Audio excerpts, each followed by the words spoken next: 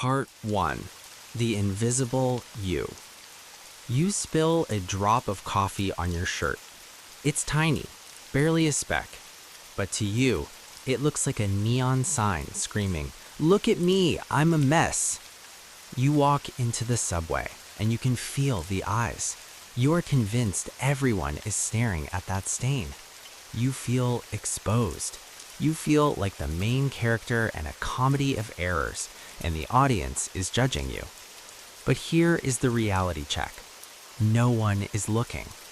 While you are obsessing over that spot, everyone else is too busy worrying about their own bad hair day or that awkward thing they said 5 minutes ago. We walk through life thinking we are the center of the universe, lit up by a giant stage light. But we aren't.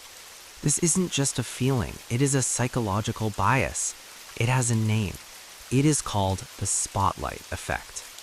As the researchers Gilovich and Savitsky put it, people tend to believe that the social spotlight shines more brightly on them than it really does.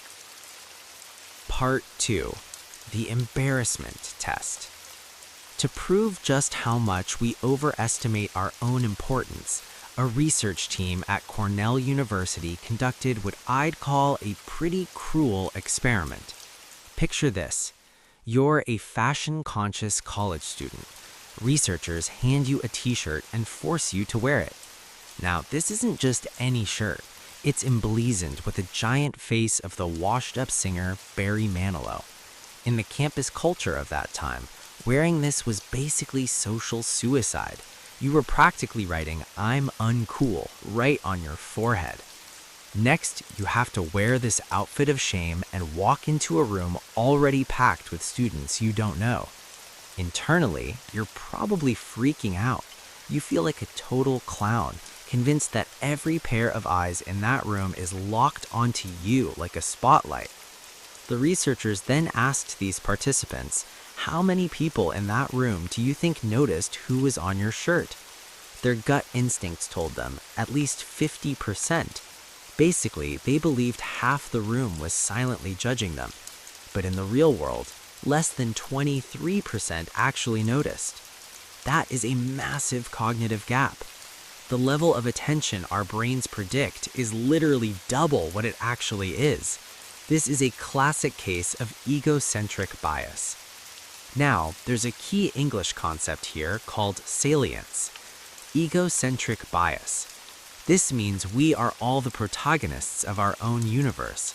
Salience, this refers to how much something pops or how noticeable and prominent it is. Because that ugly shirt feels incredibly loud or highly salient to you, you naturally assume it's just as glaring to everyone else. You think you're the main character of the movie, but to the bystanders, you might just be a tree in the background. Heck, not even a tree, just a blur of background pixels. This is actually very counterintuitive. We always feel like our anxiety, our nervousness, or that burning desire to crawl into a hole is written all over our faces, that it leaks out for everyone to see. But the research says, no, you are safe. You might be having a mental hurricane on the inside, but in everyone else's eyes, it's calm seas. Does that make you breathe a sigh of relief? Well, don't celebrate just yet, because this effect doesn't just happen when you're embarrassing yourself. When you think you look absolutely amazing, the truth might actually sting a little. Let's keep going. Part 3. It's not just about looking bad. We've talked about the moments you want to forget, but what about the moments you want everyone to remember? You buy a fantastic new jacket, you get a fresh haircut, you're at a dinner party, and you make a joke that you think is absolutely hilarious. You feel like the star of the show. You think, surely now people are looking. Here is the brutal truth. They still aren't.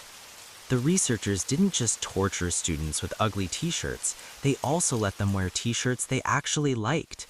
In a follow-up study, students chose shirts featuring people they respected, like Bob Marley, Jerry Seinfeld, or Martin Luther King Jr. These students felt good. They felt proud.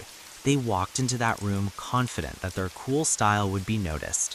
They predicted that about 48% of the people, nearly half the room, would spot who was on their shirt. The reality, 8%. Let that sink in. When they wore the embarrassing shirt, about 23% noticed. When they wore the cool shirt, even fewer people noticed. The researchers found the same thing happened in group conversations. Whether people thought they made a brilliant point or a stupid mistake, they consistently overestimated how much impact they had on the group. Why does our brain do this to us? The paper calls this mechanism anchoring and adjustment. Here's the concept. The anchor. Your anchor is your own experience. You're living inside your own head. You feel the fabric of your new shirt. You hear the cleverness of your own voice. That sensation is intense and undeniable. The adjustment. You try to step outside yourself. You tell yourself, well, others might be busy. You adjust your expectations downward. The problem is, the adjustment is insufficient. You start at 100% intensity, you're feeling, and you maybe dial it down to 60%, but the reality for everyone else is closer to 0%. You're anchored to your own existence. You can't fully imagine a world where you're just background noise, but to the stranger on the street, that is exactly what you are. So, how do we turn off this blinding spotlight? Do we need years of therapy? Do we need to stop caring what people think? Actually, the solution is much simpler. You just need to wait. The researchers at Cornell ran one final experiment, Study 5, that gives us the answer. They brought back that infamous Barry Manilow t-shirt. They divided the students into two groups. Group A put on the shirt and was marched directly into the room full of strangers. Panic mode 100%. Group B put on the shirt, but then the researchers said, hang on, just wait here for 15 minutes. They sat there, they checked their emails, they looked at the wall, and something magical happened. The sting of the shirt started to fade. The sensation of the fabric on their skin stopped feeling alien. They got used to it. In psychology, this is called habituation. When Group B finally walked into the room, their predictions changed completely. Because they weren't obsessing over the shirt anymore, they stopped assuming everyone else would obsess over it too. Their estimate of how many people would notice dropped significantly, from over 50% down to 37%. They were still overestimating a little, but they were much closer to reality. Here's the lesson. The spotlight effect is powered by your own internal noise. When you make a mistake or wear a new outfit, your internal volume is turned up to 11. You're anchored to that intense feeling. But if you give it time, if you let that initial spike of emotion cool down, you realize that to the rest of the world, the volume is actually quite low. So the next time you feel that wave of social anxiety hitting you because of a bad hair day or a clumsy comment, try the 15-minute rule. Don't trust your gut immediately. Your gut is reacting to the spotlight. Wait for that habituation to kick in. Once the noise in your head quiets down, you'll see the room as it really is. A bunch of people who are mostly just thinking about themselves. So, where does this leave us? We spend so much of our lives shrinking. We don't raise our hand in the meeting because we're afraid of sounding stupid. We don't go to the dance floor because we're afraid of looking clumsy. We don't wear that bold outfit because we're afraid people will stare. But science tells us that this fear is a trick of the mind. The spotlight effect is a lie your brain tells you. The researchers end their paper with a quote from Abraham Lincoln. It's from the Gettysburg Address, but it applies perfectly to your awkward moments at parties. Lincoln said, "People will little note nor long remember what we say or do." Lincoln was actually wrong about his speech. Everyone remembers it.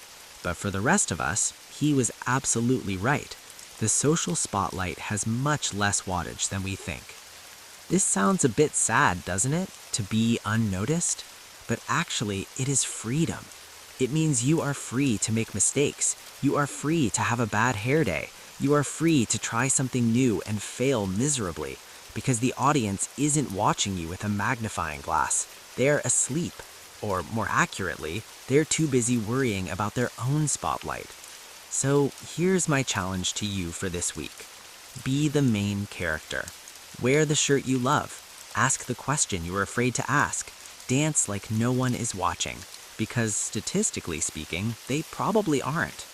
This is Listen to Books, Learn English. See you in the next chapter.